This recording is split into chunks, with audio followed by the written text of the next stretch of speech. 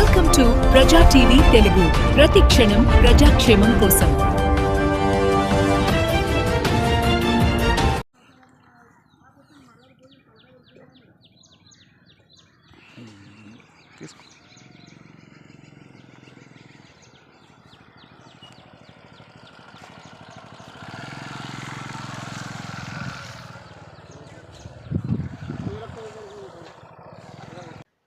నా పేరు ఎం వీరాంజనేయులు.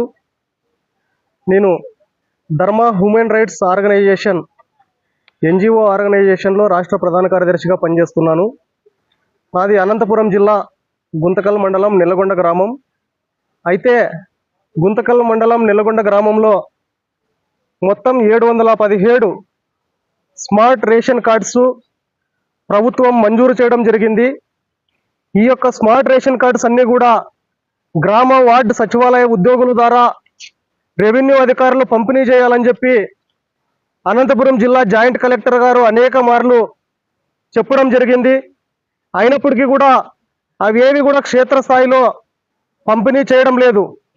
అదేవిధంగా ఈ యొక్క 717 స్మార్ట్ రేషన్ కార్డుల్లో 32 రేషన్ కార్డులు ఇంకా మంజూరు కాలేదని, ప్రభుత్వం నుంచి రాలేదని, 2వ మరియు 3వ విడతలో వస్తే పంపిణీ చేస్తామని చెప్పి విలేజ్ రెవెన్యూ ఆఫీసర్ విఆర్ఓ గారు మేము ఫోన్ చేసి మాట్లాడితే స్పష్టంగా తెలియజేయడం జరిగింది.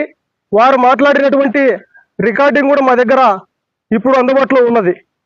అయినప్పటికీ ఆ యొక్క 32 రేషన్ కార్డులలో ఏదైతే లబ్ధిదారులు ఉన్నారో ఆ యొక్క లబ్ధిదారుని యొక్క రేషన్ కార్డు ఓటీపీ తీసుకోకుండానే ఈ యొక్క లబ్ధిదారుని రేషన్ కార్డు ఒక శ్మశాన వాటికలో ప్రత్యక్షమైంది. ఈ యొక్క రెవెన్యూ అధికారులు, సచివాలయం సిబ్బంది, ఆ గ్రామానికి సంబంధించినటువంటి డీలర్లు ఎంత నిర్లక్ష్యంగా ఉన్నారనేది మనకి ఇదే నిదర్శనం. మైనస్లో ఉంది ఈ రేషన్ కార్డు, కానీ ప్రత్యక్షమైంది. దీనికి ఎవరు బాధ్యత వహిస్తారు? ఈ రేషన్ కార్డు మనకి ఎగ్జాంపుల్ ఇప్పుడు దొరికింది.